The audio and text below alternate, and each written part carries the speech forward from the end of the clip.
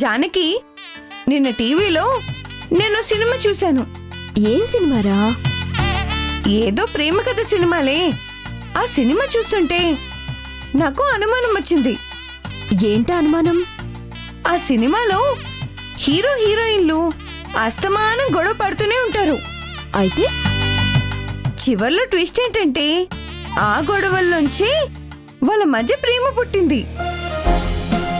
ఓహో. ఓహో అంటావేంటి? నీ జీవితంలో కూడా అలాగే జరుగుతుందేమో అని చిన్న అనుమానం వచ్చింది, అంతే. ఆ అనుమానం నీకెందుకొచ్చిందిరా? ఏం లేదు, నీకు ఆ బంగ్లా వారసుడు భార్గవ్కి ఎప్పుడు చూసినా ఒకటే గొడవ కదా. ఎప్పుడు టామ్ అండ్ జెర్రీ లాగా కొట్టుకుంటూనే ఉంటారు. పొరపాటున మీ ఇద్దరి మధ్య లవ్వు గివ్వు ఉందని ట్విస్ట్ ఇస్తారేమో అని. చెంపు పగులుతుంది ఇంకోసారి ఇలాంటి పిచ్చి పిచ్చి కూతలు కూసావంటే. నీ వయసేంటి, నువ్వు మాట్లాడే మాటలేంటి?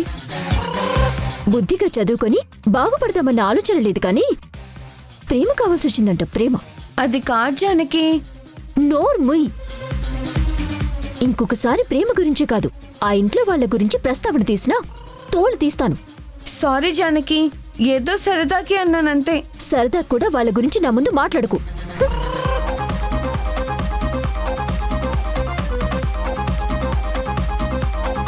అదేంటమ్మా, నువ్వు ఇంకా ఇక్కడే ఉన్నావా? నేను మనింటి దగ్గర ఉండకుండా ఇంకెక్కడుంటాను నాన్నా?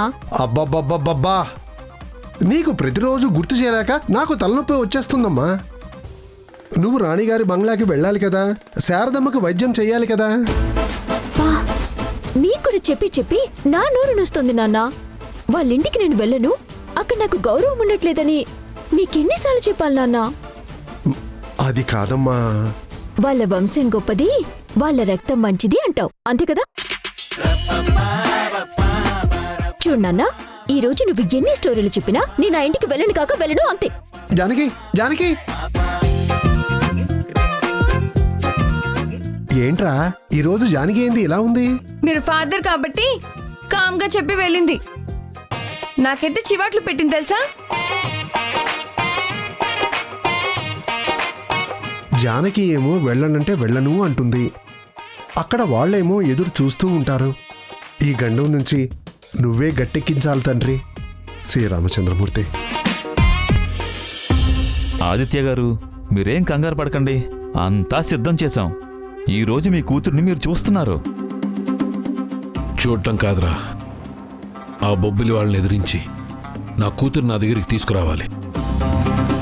నన్ను ద్రోహం చేశారు, క్షమించాను. నా భార్యను నాకు దూరం చేశారు, మన్నించాను. ఓపికగా ఉంటున్నాను కదా అని నా సహనాన్ని పరీక్షిస్తున్నారు. నాలోని రాక్షసుడిని నిద్రలేపుతున్నారు. ఇంకొపేక్షించేది లేదు, వాళ్ళని వదిలేది లేదు. నా కూతుర్ని పంజరంలో బంధించి దాన్ని మహారాణిలా పెంచుతున్నావు అని పేరు పెట్టారు. నాకు దూరం చేసి నా భార్యకి ఇచ్చిన మాట నెరవేరుస్తున్నావు అంటున్నారు. ఇలాగే వదిలేస్తే రేపు నా కూతురు గొంతు కోసి ముక్తిని ప్రసాదించావు అన్నా అంటారు. పదండి, వెళ్ళి ఆ కంచుగోడల్ని బద్దలు కొట్టి నా బిడ్డకి స్వేచ్ఛను ప్రసాదిద్దాం. ఆ బొబ్బిలి చెర నుండి తనకి విముక్తి కలిగిద్దాం. మీరు ఎలా అంటే అలా ఆదిత్య గారు, మీకోసం మా ప్రాణాలు ఇవ్వడానికి కూడా సిద్ధం. మన వైపు ధర్మం ఉంది, ఆ దేవుడే మనకు రక్ష. ఇంకేం ఆలోచించకండి, అంతా మంచి జరుగుతుంది. మీరు పదండి. పదండి.